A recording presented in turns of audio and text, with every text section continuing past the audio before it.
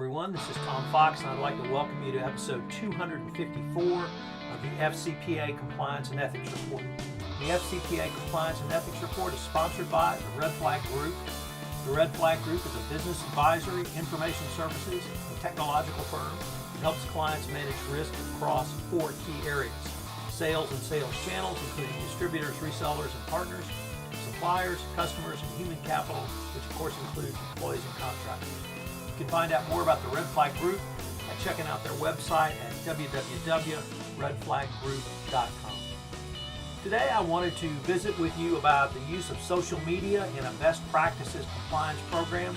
As you know, I have written and talked about this, and today I want to focus on a company that has incorporated the tools of social media directly into their compliance program.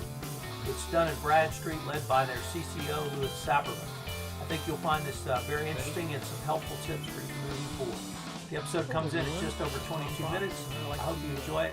Thank you very much for listening. Of the FCPA Compliance and Ethics Report. Today I wanted to visit with you about the use of social media in a best practices compliance program. I think everyone is familiar that I'm a huge fan of social media and compliance. I think it's a wonderful way for you to not only communicate but engage with your employee base, who are really your customers from the compliance perspective. So today I want to take a little bit of a dive into that. I want to break it down into a couple of different parts. First of all, I'd like to give some thoughts about how you might think through putting social media into your compliance program. And in part two, I want to talk about a company that I think has done a fabulous job in incorporating social media into their compliance program. The CCO is Louis Saperman, and the company is Dun & Bradstreet. But let me first talk about how you would find the right role for social media in your compliance program. And I come to this perspective from reading an article in the MIT Sloan Management Review entitled "Finding the Right Role for Social Media in Innovation" by Deborah Roberts and Frank Pilar. And in this, they talk about the ways to think through how you would use social media in innovation, and I really want to take it from the compliance perspective. The first thing, and the thing you must always remember about social media, is that it is social. It's designed to be social. It is a two-way communication tool. It is outbound and it's inbound. It is a way for you to communicate information downstream or to others in your employee base, but it's also a way for you to communicate back, for them to communicate back with you. So never forget that it's social. It's designed to be social, and it's designed to be a tool that you can use to engage employees. Obviously, many younger employees use social media as their primary form of communication tools with their friends. And one of the critiques of the millennial generation is that they do business differently, they think through problems differently, and they're different than baby boomers like myself or Gen Xers. Well, guess what? That's true. And it's not it's not them that are going to have to adapt to us. It's us that are going to have to adapt to them. And that means our business structures, our business processes. We need to take into account the innovations that they are using in their everyday lives as part of our business processes going forward. And social media is one of the prime examples. So in the article, the authors break down their analysis about putting social media into your business into three different parts. The first is the need to listen to and learn from user-generated content. The second is the need to engage and facilitate dialogue with employee innovators. And the third is to find an audience of adopters to create excitement and collect feedback. Interestingly, the authors name these three camps, indeed camps: Camp Explore, Camp Create, and Camp Communicate. In Camp Create, Camp Explore, the authors really suggest you need to think about how you would draw employee insights into your compliance program. And the key is that the compliance function must be listening in ways that you may not have used before. It doesn't mean you weren't listening, but it may be different tools for listening. So obviously, you should have a hotline in place. You should have anonymous reporting. But what other tools do you have in place? Do you have a behind the firewall Twitter function? Do you have a behind the firewall more social function like Yammer, or even moving more towards a Facebook or LinkedIn internal function? Are there ways for you to be communicated that are outside the normal chains? This can be an important part, important for the compliance practitioner, because you have to assimilate, combine, and utilize data from many different sources across the globe. So how can you do this? And how can you have a mechanism by which employees can communicate back to you? After you've established those social media mechanisms for communication, the next camp is Camp Co-Create. So once you move past Camp Explore, it's Camp Co-Create, where you get employees involved in the innovation process around compliance. Now, having communication around compliance is certainly nothing new. And talking to people in a town hall setting, in a group setting, in a one-to-one setting about their cares, concerns, about compliance is not something new, and it's indeed recognized as really a best practice going forward. But by using the social media tools available to you, you can involve people in this process. So your overall goal is to have a more collaborative tool to allow employees to be more involved in the design process. You'll want to learn how to engage, identify, and select the right participants and develop the right incentives to encourage participation. Creativity is both an input and output of the co-creation process, and you should develop skills in relationship building through social media tools. Any compliance officer, any compliance practitioner, any compliance professional has to have relationship skills. But what about the relationships you have with employees literally across the globe? How are you going to communicate them with them? Obviously, email's out there, but you may have people that want to try other mechanisms. And what the authors call unconventional users.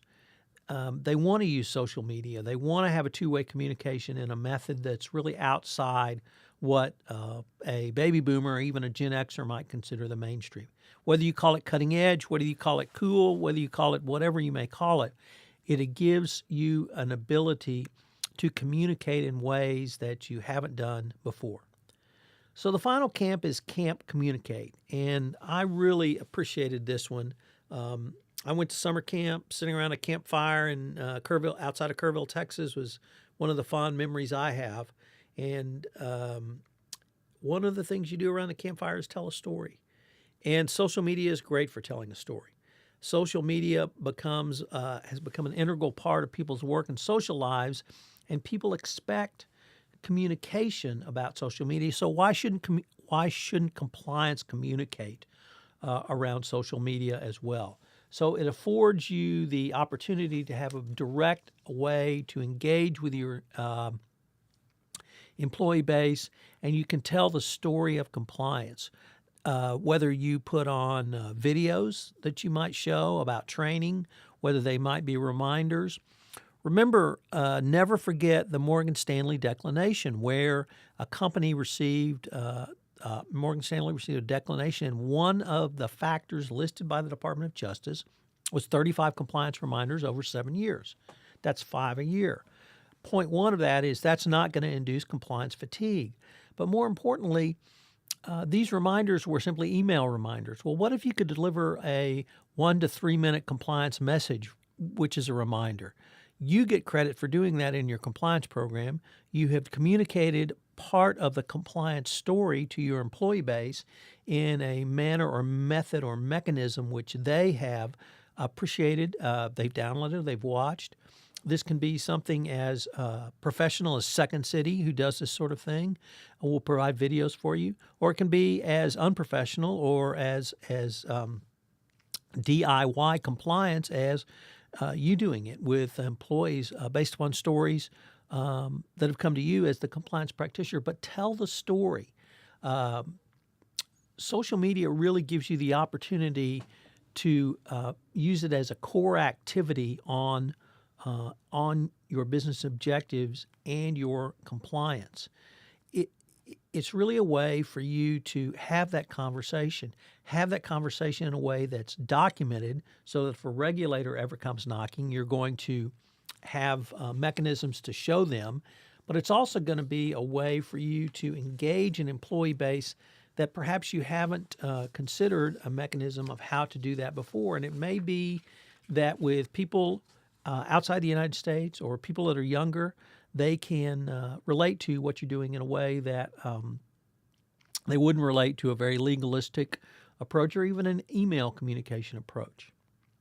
So now I'd like to turn to a company that I think has done one of the best jobs about incorporating tools of social media into their everyday compliance program.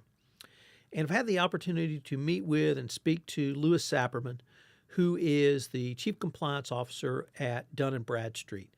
And Louis has done some really innovative things around compliance. So I want to spend a little bit of time talking about what he has done and how he's accomplished it. Most people, I think, will be familiar with Dun & Bradstreet, D&B. When you say, let's get a D&B on them, you want to get some sort of credit check or background check or other check. Well, Dun & Bradstreet has been in the financial investigation and rating business for a long time. And so technological tools are a part of what they have been about for quite a while. And utilizing new technology is not something that scares them. And indeed, they embrace that in their business going forward. So that lent itself, I think, to D&B using this solution. But even more so, and Louis is very clear about this, is it started with tone at the top. And it started with the chief executive, a gentleman named Robert Carrigan.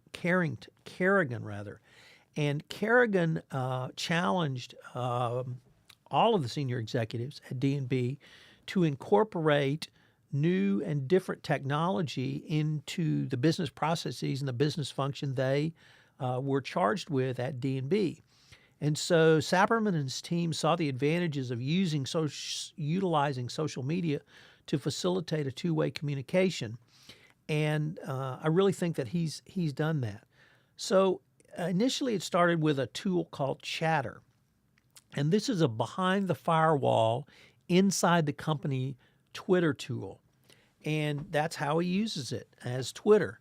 So like I said, behind the firewall. So first lesson is that he can communicate with everyone that's signed up, which is his employee base, through this Chatter tool.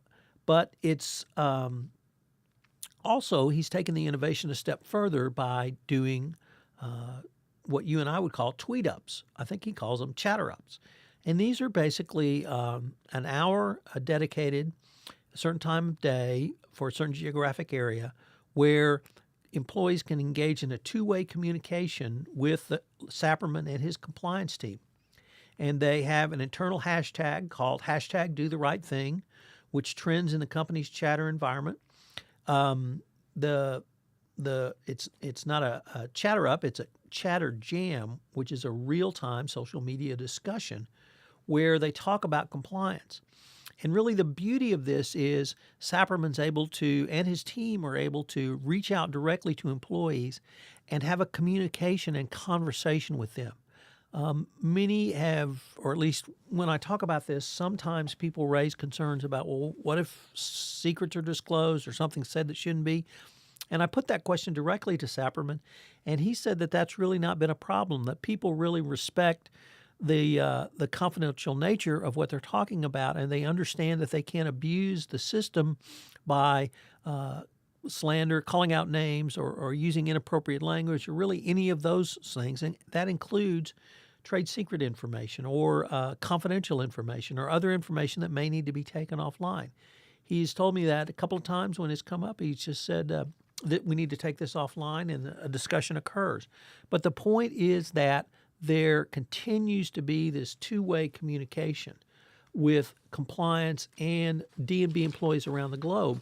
And to facilitate this, they actually have these chatter jams at different times so that different employees across the globe can use them. The chatter jams are seeded with questions, are seeded so that employees are aware of the expectations and understand that they need to engage respectfully with others. He can, of course, remind people to go through the hotline if necessary or even contact him. But he's really made clear to me that the chatter jam has not been a problem going forward in terms of inappropriate information or inappropriate conduct. So each employee uses their own names at the chatter jam, so there's employee accountability and transparency.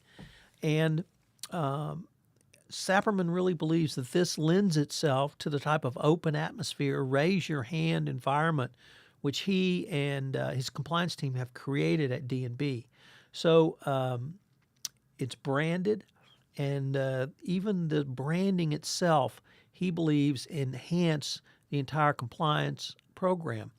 If your compliance function can communicate the do the right thing through a tweet up, a chatter jam, or a hashtag, I really think that you're onto something, because you're not Dr. No from the land of no.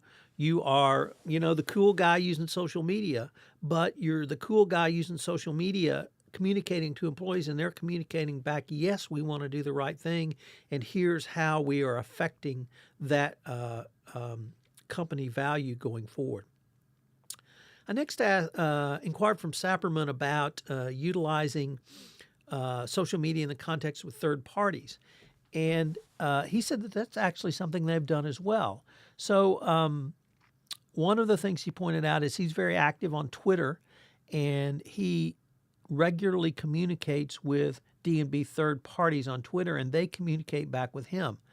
And if you think about who are your customer base and compliance, you might want to think about third parties in terms of communicating expectations.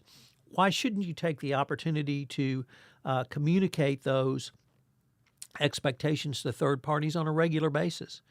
My experience with third parties has been they are appreciative when you pay attention to them, and you pay attention to them in a way that helps them have a better relationship with you and certainly makes it a more profitable relationship for them.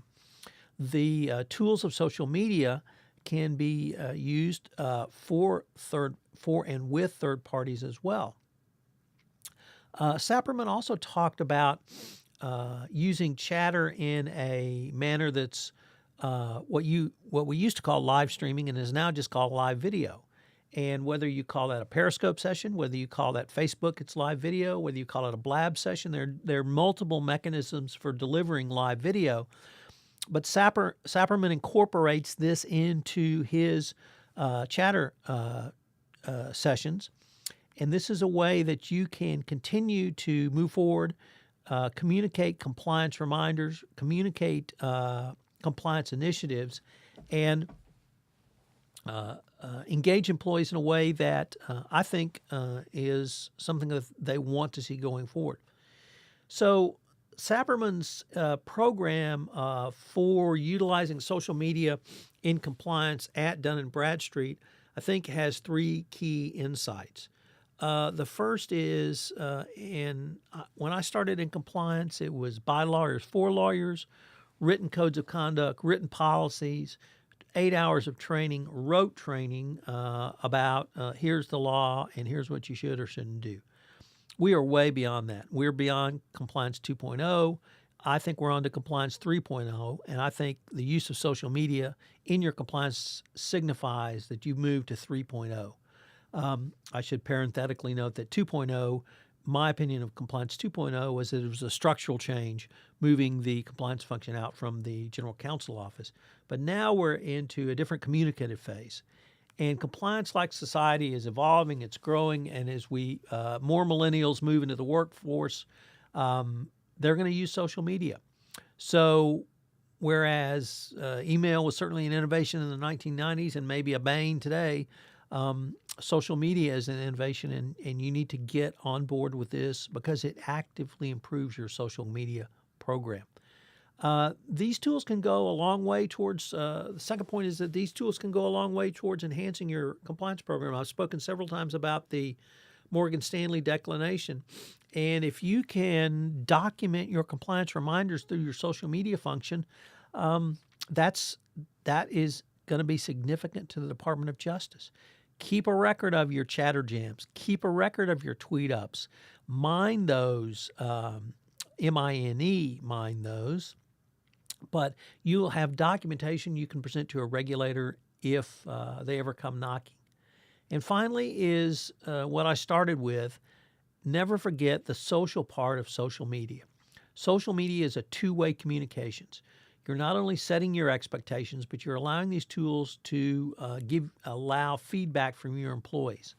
The D&B experience, I think, really points to this. You don't have to remember everything that was in your chatter jam or your tweet up. When I said you could mine it, you should take that information and see if there are any trends. See if there's more questions about the code of conduct or one part of the code of conduct in one part of the world. It can be a very, very useful and valuable tool for you going forward. So I hope you'll consider using social media. And if you have any questions, I hope you will please give me a shout. This is Tom Fox, and I look forward to visiting with you again. Thank you. Hello, everyone. This is Tom Fox again. I'd like to thank you for listening to this episode on the FCPA Compliance and Ethics Report. I hope that you will begin to utilize some of the tools of social media in your own compliance program. And if you have any questions about anything I've said or how you might move forward, I hope you will give me a shout. You can contact me at tfox@tfoxlaw.com. I'm also very pleased to announce I'm going to be hosting my first roundtables with the Red Flag Group. They are in Minneapolis, Atlanta, Houston, and Dallas. Minneapolis registration is open at the Red Flag Group's website. We're going to take a look at the Unaoil and Panama Papers case and talk about how due diligence, how these cases impact your due diligence and what you can do in your compliance program to help you ameliorate the effects of these matters. I hope you will consider attending. Once again, the Red Flag Group, www.theredflaggroup.com. This is Tom Fox. I'd like to thank you very much for listening to this episode of the FCPA Compliance and Ethics Report.